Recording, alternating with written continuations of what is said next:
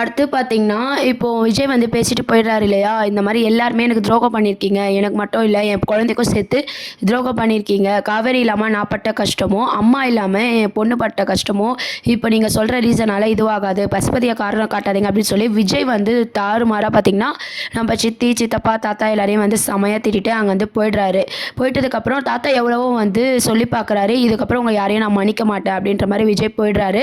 அதுக்கப்புறம் பார்த்தீங்கன்னா, நம்ப அம்முவுக்கு வந்து சாக்லேட் குடுக்குறாங்க. சாப்பாடுலாம் ஊட்டி விடுறாங்க சித்தி.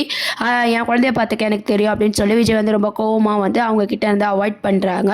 நானு, காவேரி குழந்தை எங்க 3 பேரும் போதும். நாங்க நல்லா இருக்கணும்னு நீங்க யாரும் நினைக்கலல்ல. நீங்க யாரும் எங்களுக்கு வேண்டாம் அப்படின்ற மாரி விஜய் வந்து பேசுறாரு.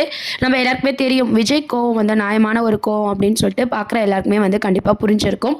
அதுக்கப்புறம் பார்த்தீங்கன்னா, விஜய் வந்து ஆட்டோவே பார்த்துட்டு இருக்காரு. எப்போ காவேரி வருவா? ஒரு வேளை எக்ஸ்ட்ரா ஒரு நாள் இருந்துட்டு வருவாளோ அப்படின்ற மாரிலாம் யோசிச்சு பயந்துட்டுருக்காரு. ஆனால் பார்த்தீங்கன்னா, காவேரி கரெக்டாக விஜய் யோசிக்கும்போது வந்து இறங்குறாங்க. காவேரி அம்மாவும் அந்த வீட்டுக்குள்ளே போகிறத விஜய் பார்த்துட்டு அப்படியே செம்ம எமோஷ்னல் காட்டுறாங்க. அந்த தாலி கட்டின தருணம், அந்த சீன்ஸ் எல்லாம் வந்து போட்டு காட்டுறாங்க. பார்க்கவே ரொம்ப செமையாக அழகாக இருந்துச்சு. விஜய் மனசில் என்ன நினைக்கிறாருன்னா, உன்னை விட்டு நான் போக மாட்டேன்னு சொன்னல, அந்த வாக்கை நான் காப்பாற்றுறேன். உனக்கே தெரியாமல் நீ என்னையோ குழந்தைய தேடி இங்கே வந்திருக்க காவேரி, உன்னை விட மாட்டேன்டி அப்படின்னு சொல்லிட்டு செம்ம எமோஷ்னலாக ஃபீலிங்ஸாக அவர் லவ்வை வந்து அழகாக வந்து வெளியே காமிச்சிருக்காரு.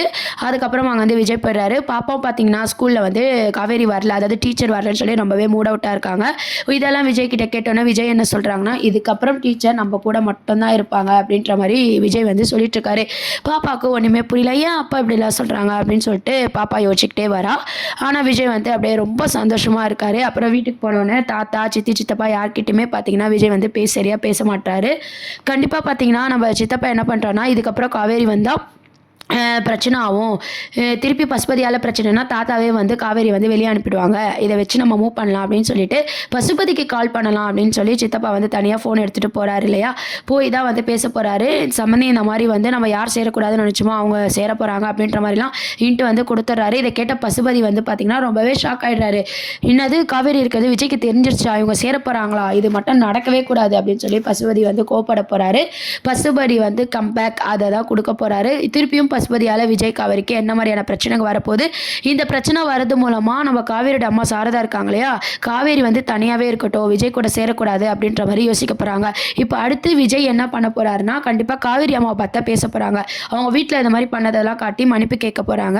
காவேரி அம்மாவும் விஜயும் காவேரியும் சேரணும்னு நினைக்கும் போது பார்த்தீங்கன்னா கரெக்டாக பசுபதி என்ட்ரி கொடுத்து இந்த மாதிரி மிரட்டல் வந்து கொடுக்குறதோ, காவேரியை விடமாட்டேன்னு சொல்கிறது, இந்த மூலமாக பார்த்தீங்கன்னா இதுக்கப்புறம் விஜய் கூட சேர்ந்தால் தொடர்ந்து இந்த பிரச்சனை வரும், நம்ம பொண்ணு சந்தோஷமாக இருக்க முடியாது அப்படின்னு சொல்லிட்டு அவங்க அம்மாவும் யோசிக்க போகிறாங்க. சொல்கிறாங்க விஜய் கிட்ட, இல்லை தம்பி இப்படியே இருந்துடலாம், காவேரி தான் எனக்கு முக்கியம், இப்போ என் பொண்ணு ரொம்ப சந்தோஷமாக அவளுக்கு பிடிச்ச வேலையை பார்த்துட்டு இருக்கா, இப்போ நீங்கள் கூட சேர்றது மூலமாக அந்த பசுபதி சும்மா இருக்க மாட்டான், இப்போ தான் கொஞ்சம் நாளாக எங்கள் பேச்சுக்கு வரதில்லைன்னு சொல்லிட்டு அவங்க ஒரு பக்கம் யோசிக்கிறாங்க. இந்த பக்கம் பார்த்தீங்கன்னா காவேரி வந்தால் விஜய் வாழ்க்கையில் பிரச்சனைன்னு சொல்லி இவங்க ஒரு பக்கம் யோசிக்கிறாங்க. இதெல்லாம் கேட்ட விஜய் வந்து ரொம்பவே டென்ஷன் ஆகிறாரு.